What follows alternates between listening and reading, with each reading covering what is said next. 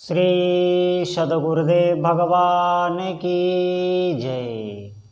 श्री सीताराम सरकार की जय। श्री राधा रमण लाल की जय। श्री गौरी शंकर महादेव की जय। सभी दर्शकों और भक्तों को कोटि कोटि प्रणाम।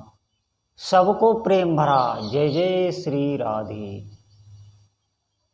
दर्शकों और भक्तों से प्रार्थना है, आज का सत्संग बहुत महत्वपूर्ण है, बहुत ध्यानपूर्वक आपको सुनना है। आज मैं भक्ति की ऐसी अद्भुत बातें आपको बताऊंगा। सभी दर्शकों और भक्तों से प्रार्थना है, कृपया आज का सत्संग बहुत महत्वपूर्ण है, बहुत ध्यानपूर्वक आप एक एक बात सुने। निश्चित मानिए आपके जीवन में बदलाव आएगा। आपके जीवन में जितनी कठिनाई हैं वो सब कठिनाई दूर हो जाएंगी। कोई भी दुख आपको नहीं व्यापेगा।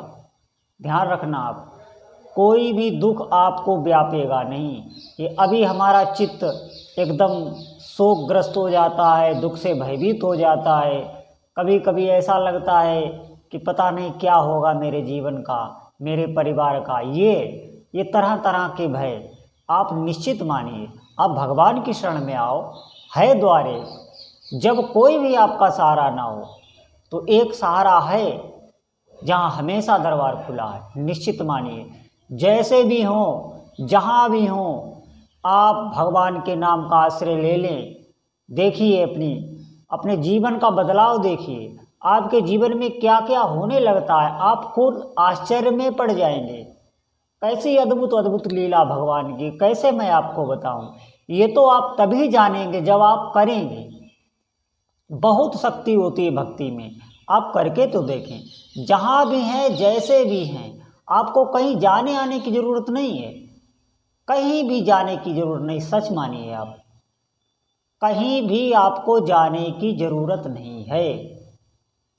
किसी का पता आप लेके क्या करेंगे, क्या करेंगे जाके वहाँ। आप सिर्फ वाक्य को पकड़िए, आप भगवान के नाम का आश्रय लीजिए, या आपके जो भी इष्ट देवता हों, जो भी देवी देवता आपको प्रिय लगते हों, आप उनके नाम का जप आरंभ कर दीजिए। बस आपकी सूचना पहुँच रही है। एक एक नाम आपके इष्ट देव के पास पहुँच रहा है। मैं बता रहा हूँ आपको, ध्यानपूर्वक सुनना। जीवन में आपके ऐसे ऐसे अद्भुत चमत्कार, ऐसी ऐसी अनुभूतियाँ होने लगेंगी, खुद आप आश्चर्यचकित हो जाएंगे, गदगद हो जाएंगे अंदर से कि मेरा अब क्या जीवन हो गया। पहले मेरा जीवन जो गया वो कितना बेकार गया। ये ग्लानि होने लगेगी आपको, किस भूल में हैं आप। अरे आज सबसे बड़ी बात का रोना तो यही है कि हमारी अपने धर्म से श्रद्धा हट गई, अपने देवी देवताओं से श्रद्धा हट गई। और सच पूछिए तो उन्हीं देवी देवताओं से आप कुछ भी कर पा रहे हैं तो उनकी शक्ति से ही कर पा रहे हैं। हर एक इंद्री पर एक एक देवता बैठा होता है, उसी की शक्ति से ही इंद्रियों में शक्ति है। ध्यान रखना, आप जो ये शरीर रूपी हमें यंत्र मिला है, ये पूरा जो चल रहा है ये दैवी शक्तियों से ही चल रहा है। ध्यान रखना, आप बस अपने इष्ट देव का नाम स्मरण करें। देखिए फिर कैसे जीवन में अद्भुत अद्भुत बदलाव, अद्भुत घटनाएं जो आपने कभी सोचा नहीं होगा, ऐसी ऐसी आपकी इच्छाएं पूरी हो जाएंगी। जो असंभव है, असंभव भी इसमें संभव हो जाता है। देखिए, जो गृहस्थ भक्त होता है, ध्यानपूर्वक मेरी बात सुनना, जो गृहस्थ भक्त होता है उसे साधना का फल बहुत शीघ्र मिलने लगता है। बस थोड़ा सा वो सावधानी कर ले, वो अपने कुटुंब परिवार की सेवा करे, जैसे कर रहा है वैसे ही करे, साथ में उपासना को जोड़ ले, भगवान के नाम को जोड़ ले, भगवान के नाम की रहनी बना ले। कार्य सब करे, लेकिन जैसे रोज हमें और कार्यों का स्मरण रहता है और कार्य करने का ध्यान रहता है, सुबह से ही हमें ध्यान रहता आज ये करना है, आज वो करना है। इसी प्रकार हमारा एक ध्यान ये भी रहे कि आज हमें नाम करना है, आज हमें इतने भगवान नाम करने हैं। बस ये जिस दिन आने लगा उसी दिन से आपकी स्थिति बदलने लगी, निश्चित मानिए। फिर धीरे धीरे जब भजन में आपकी गाढ़ अवस्था होगी, जो ही भजन में प्रवेश होगा, अब आप कहेंगे भजन में प्रवेश क्या होता है? भजन में प्रवेश ये होता है कि जिस प्रकार हमारी जो सांसारिक भोग हैं, जो हम इंद्रियों से भोगते हैं, उनमें हमारी जो रुचि है, जो आसक्ति है, बार बार उनका चिंतन होता रहता है। आप देखना बिल्कुल बार बार उनका चिंतन होता रहता है, अपने हाथ होता रहता है। ऐसे ही आसक्ति भजन में होने लगे तो जान लीजिए कि अब आपकी भजन में स्थिति हो गई, अब आपका सच्चा भजन होने लगा। निश्चित मानिए थोड़े समय बाद ये होने लगता है। हमें थोड़ा अभ्यास करना है। जिस प्रकार हमने तमाम आदतें बना ली, कितनी आदतें हमारी हो गई, ये सब हमारी बनाई हुई हैं, ये कहीं से आई नहीं है। ये जितनी भी आदतें हैं ये सब हमने ही बनाई हैं।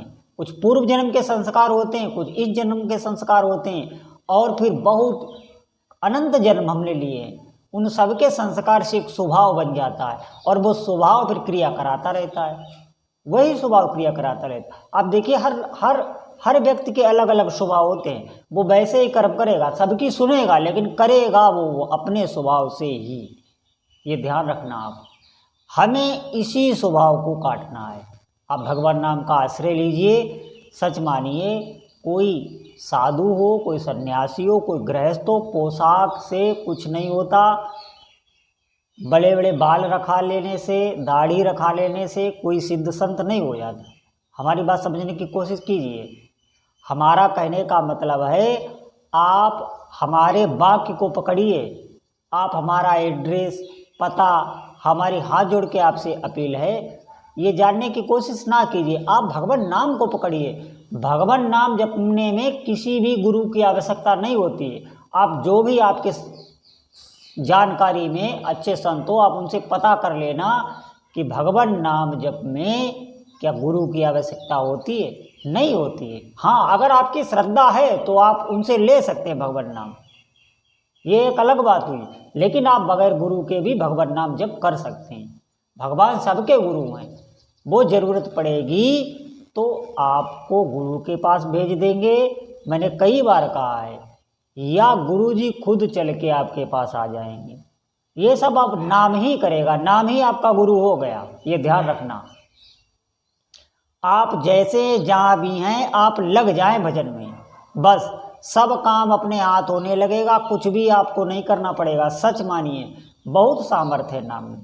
भगवान जो नाम होता है वो खुद चिन्मय होता है, उसमें शक्ति होती है, पावर होती है। वो हर बात समझता भी है, सोचता भी है, हर बात। जैसे भगवान है वैसे भगवान का नाम है। तो सभी साधकों से निवेदन है कि जैसे भी हो, आप जहाँ भी हो, आप नाम में लग जाओ, सब कुछ आपको मिलने लगेगा। सब कुछ जो चाहो, कल्पतरु है भगवान नाम, जो चाहो सो प्राप्त कर लो। तो सभी भक्तों से प्रार्थना है आप नाम जप में लगें, और जैसे है जहाँ भी हैं वहीं से करते रहें। इसमें कोई पवित्रता अपवित्रता की जरूरत नहीं है। नाम खुद पवित्र करता रहता है। आप नाम जपें, आप पवित्र होते रहते हैं। आप हर स्थिति में नाम को कर सकते हैं। थोड़े समय बाद जब आपका अभ्यास हो जाए फिर देखना ये क्या क्या चमत्कार लाता है। तो सभी साधकों से निवेदन है कि आप साधना आरंभ करें। बोलो जय जय श्री सीताराम।